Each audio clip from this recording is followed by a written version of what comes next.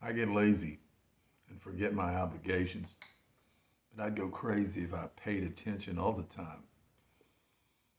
I'm Jim McGinnis, and that was Chris Christopherson. Um, in the late 19th century, Walt Whitman spoke directly to America's youth, warning them of the temptation to see the whole form of politics as beyond redemption and to be carefully kept away from. He described Washington as a place of corrupt parties, half brained nominees, and many elected failures and blatherers. Not real sure what a blatherer is, but I got the message. I don't know about you, but I get to the point of saturation where I think I will lose my mind if I have another political thought. That was the ice maker. I'd like to spend more time pursuing happiness and less time mired in political arguments. I'd rather be hanging out with kids and dogs beneath oaks and palms. I'd love to float the boat more often and make it to a college football game or two. And be with friends and family. I'm preaching to the choir, ain't I? Maybe take my wife back to St. Augustine, Cross Creek, or Savannah. Maybe Asheville. I'd like to write more, all about that, and a lot less about this. But I am bound, as we all are, by our responsibilities to others and to our country.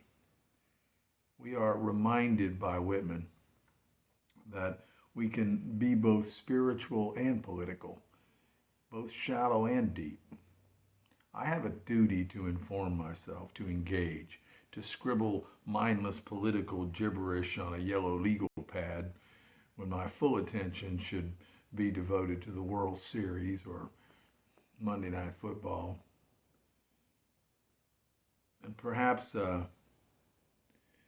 speak out even when no one's listening, like maybe right now. Perhaps just as important as duty is opportunity. And here in America, we have been blessed with the right to be heard, the chance to try to make a difference. Politics matters. And this is why, even on a windy night like this, I find myself sitting on the porch reading Barry Goldwater's autobiography instead of enjoying the evening with music and a good piece of literature. Here I am still looking for answers. It was a trail of deceit that plundered the generosity and goodwill of millions of Americans who wished desperately to believe their president was not a liar. That was Barry Goldwater. That's magnificent conservative of the 20th century, speaking of Nixon and Watergate. He went on to call it the manipulation and misuse of the vast American storehouse of big-heartedness that history will condemn. Personally, my politics is no closer to Barry Goldwater than it is to Bernie Sanders. I'm out there in the middle, still in search of my first original political thought. But both of those men are men of character and worth listening to. I'm just a history teacher. But my love for this country and its institutions, my love for the Constitution is deep. And as I've said time and again, I believe that we're all honor bound to protect the legacy of those who came before us.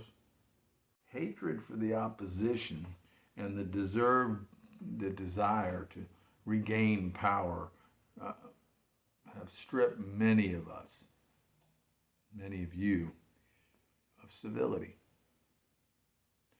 Some have the audacity to attack the character of Bernie Sanders, regardless of whether his politics is agreeable or not. He's got more integrity in the crack of his ass than any other elected official has in his or her whole body. Shame on you. I am tired, No, I'm exhausted of the fraudulence of our politics. We, the people, the rich, the poor, and everyone in between, the idealistic and the cynical, the left and the right, the good, the bad, and the ugly. We, the people, have taken this incredible human experiment and dragged it through the mud. So many of us are so certain that we're right. We talk with the assurance of sleepwalkers. So many of us claim to know true north. But as Lincoln might have said, we have no idea what hazard might lie between here and there. What's the use then of having a moral compass if you just cherry pick the time to use it? What good is it if you're unwilling to navigate around the bogs and the swamps and the quagmires? Let's all remember who created this mess. Us. Our apathy, intolerance, greed, and warped sense of entitlement have all contributed to the present condition. And it must be the citizenry who cleans it up. We need to start by looking in our mirrors. I keep believing that each of us will finally have our Goldwater moment. Our past is riddled, though, with optimists. Among the biggest was Walt Whitman.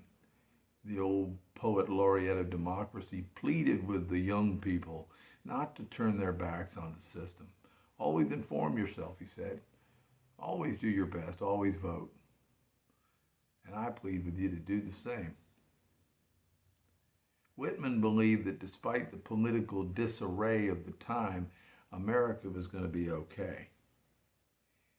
He worried, though, about those who shirk their duty and turn away from the political circus, thinking that the mess is beyond fixing. He could have said that last Thursday. Am I young enough, Christopherson said, to believe in revolution? Am I strong enough to get down on my knees and pray? Am I high enough on the chain of evolution to respect myself and my brother and my sister and perfect myself in my own peculiar way? I get lazy and forget my obligations, and I'd go crazy if I paid attention all the time. And I want justice, but I'll settle for some mercy. Thank you, Chris Christopherson, for those words. Thanks to all of you who made it to the end of this. Fair winds.